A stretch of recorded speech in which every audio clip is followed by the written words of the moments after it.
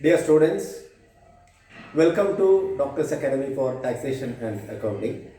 Through this video, let us learn the computation of capital gain. That too, the computation of a long-term capital gain. So far, we have completed the theory portions of capital gain. We have discussed the indexation process and the cost inflation index fixed by the government in this regard. And you remember that 2001-2 as the base year. So let us practice a problem in this line. Question is, Mr. A purchased a house property for rupees 2 lakh on 10th April 1985. He gets the first floor of the house constructed in 1988-89 by spending rupees 1 lakh. The fair market value of the house property is rupees 6 lakh on 1st April 2001. He sells the house property for rupees 20 lakhs on 20th March 2020. He has paid rupees 50,000 as brokerage in connection with the sale. You are required to compute the chargeable capital gain to tax for the assessment year 2020-21. So let us practice this question. Computation of capital gain. For the computation of capital gain, we need the sale price or consideration, full value of consideration. Here the full value of consideration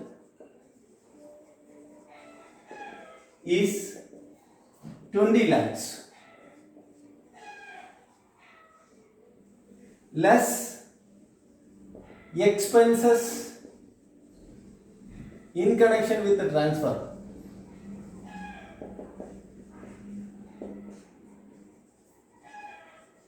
It is 50,000 the commission or the brokerage paid. Therefore, the net consideration is equal to 19 lakhs 50,000. Since this is a long-term capital asset, we have to deduct indexed cost of acquisition less indexed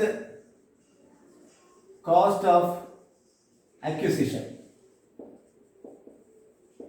Here the cost of acquisition is 2 lakh and there was an improvement of 1 lakh rupee in 88-89.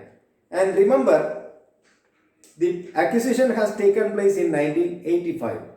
So the rule says that the fair market value or the cost of acquisition, whichever is more, has to be taken as the cost of acquisition. Here the fair market value as on 1st April 2001 is 6 lakh rupee. So that is the higher value, we have to take 6 lakh rupee. One more important point is the improvement cost incurred prior to the base year, that is 1/4/2001, would not be considered. So here we have to take 6 lakh rupee and it is not 2 lakh rupee.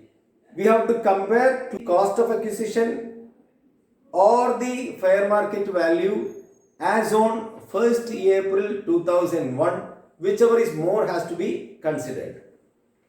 6 lakh into the cost inflation index for the year in which the asset is transferred. It is transferred in the year 2020. So 2020 March. So the year pertains is 2019-20.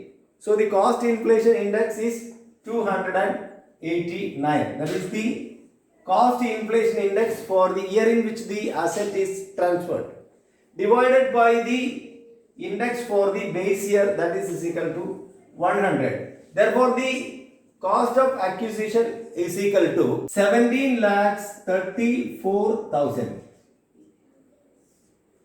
Therefore, the capital gain long term capital gain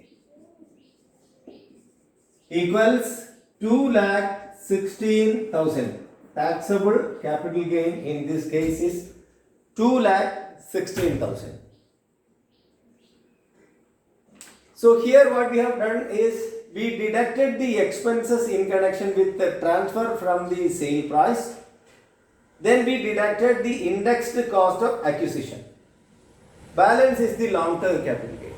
While doing this, we did not consider the cost of improvement, since the cost of improvement happened prior to the base year. So any cost of improvement takes place prior to the base year need not be considered. If this is clear, let us modify the question. For example, instead of this fair market value 6 lakh, let us manipulate it as 2,50,000. Then we have to compare 2,50,000 and 2 lakh, and we need to take the higher value. So again, instead this 6 lakh, it will be 2,50,000 into 289 divided by 100 will be the indexed cost of acquisition. This is the difference. Suppose the fair market value of the property is, for example, 1,80,000, then we have to take 2 lakh rupees. That is the value for indexation. Therefore, 2 lakh into 289 divided by 100 will be the indexed cost of acquisition. Hope it is clear. Now let us see, suppose the cost of improvement is taken place after 2001. Say for example, in 2010, 11 there was a cost of improvement of rupees 50,000. Then what will be the change that takes place for the answer?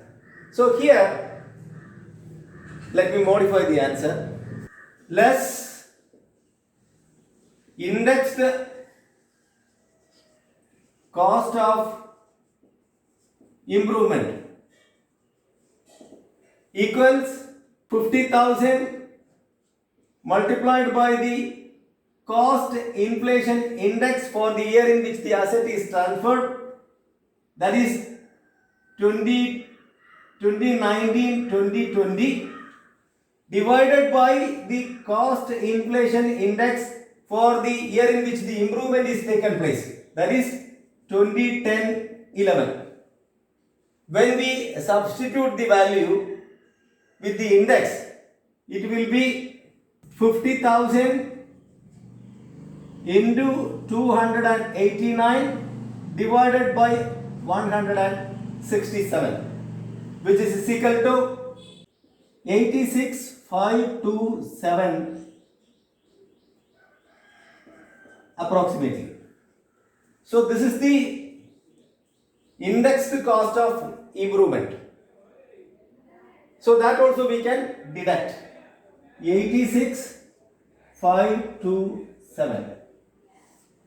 Therefore, the long-term capital gain equals 1,29,473. This will be the long-term capital gain.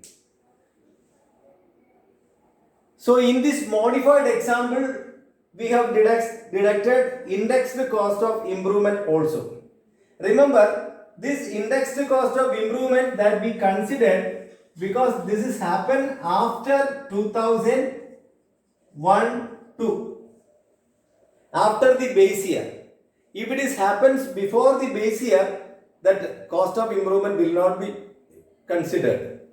So in this example, we have discussed the expenses in connection with the transfer, indexed cost of acquisition, consideration of fair market value as compared to the original cost, then the cost of improvement.